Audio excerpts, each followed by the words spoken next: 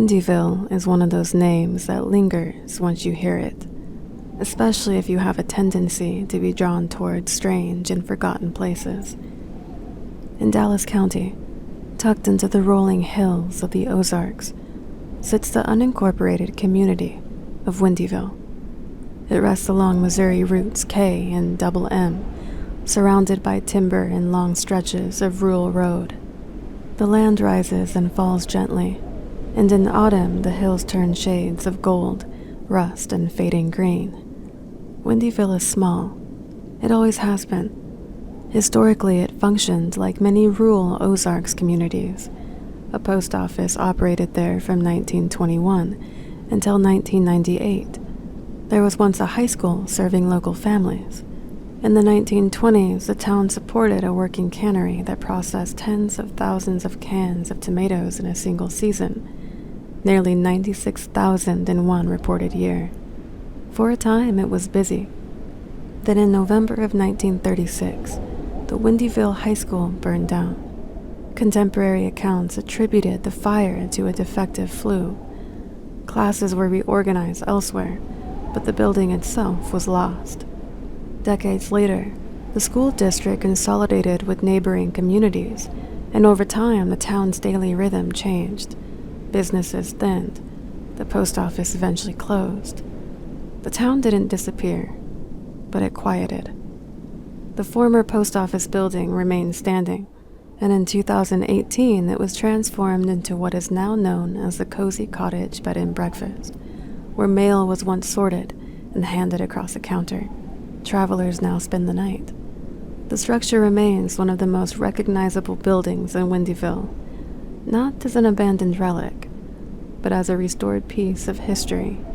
And yet, Windyville carries a reputation that goes beyond its documented timeline. Locals and visitors alike often refer to it as Spookyville. The nickname doesn't come from one confirmed event.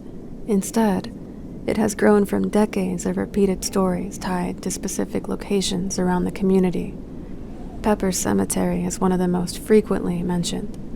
Visitors have long described hearing what they believe to be children's laughter drifting through the trees after dark. Others say they have sensed movement among the headstones or felt watched while walking the grounds. The cemetery itself is old, quiet, and is set close to timber that holds shadows, even in the late afternoon. Lone Rock Cemetery is another site tied to local legend. Accounts there include reports of a mounted figure seen near the tree line, a rider who appears briefly and then vanishes. Some describe shadowed shapes moving between headstones. The details vary, but the location appears repeatedly in local storytelling. Along the rural highway near Windyville is a bridge that has developed its own legend. The story describes a woman searching for her child, seen near the railing or along the roadside before vanishing. Drivers passing through at night have claimed to witness her standing near the structure, only for her to disappear when approached.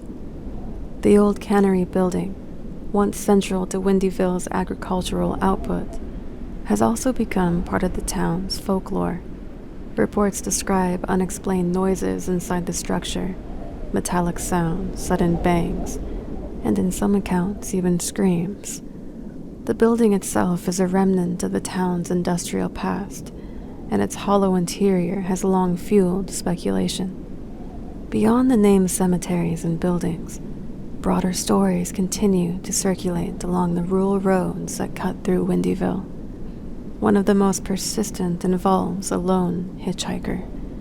Drivers traveling the back roads after dark describe seeing a figure walking along the shoulder, far enough ahead to register clearly in headlights. Some say the figure appears to be a woman. Others describe only a silhouette.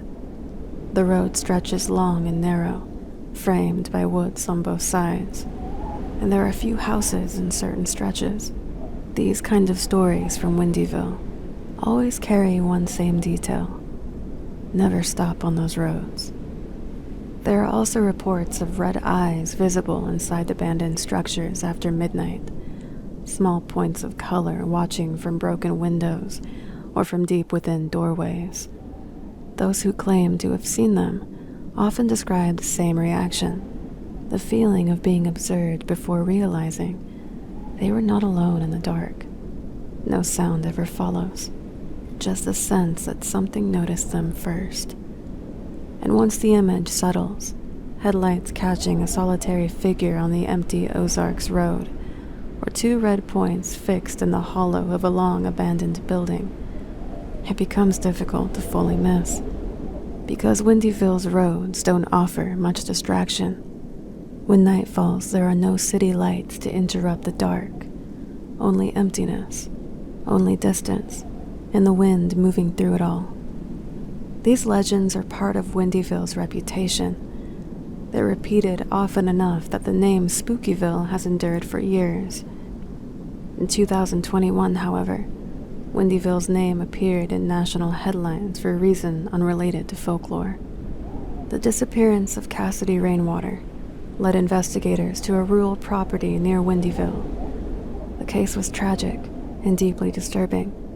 Court documents and news coverage detailed grim evidence uncovered during the investigation. 2 individuals were later charged in connection with her death.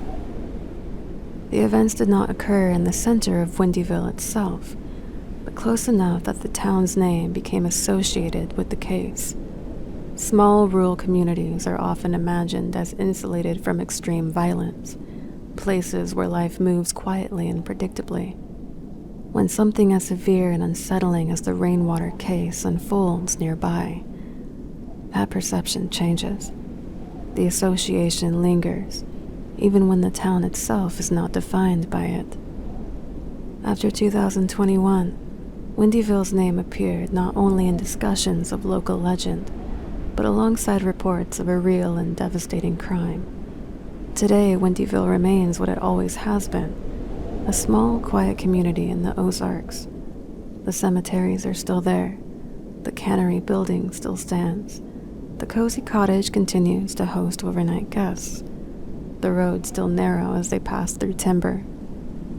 Its history is documented, and its folklore is persistent. Windyville doesn't need dramatic embellishment to feel unsettling. It's a place where industry once thrived, where a school once stood before fire claimed it, where a post office connected families for nearly 8 decades, and where stories, both whispered and widely reported, have layered themselves over time. Some towns fade completely. Windyville didn't. It remains, quiet enough to listen, old enough to carry memory, and small enough that every story, whether documented or told in passing, feels close.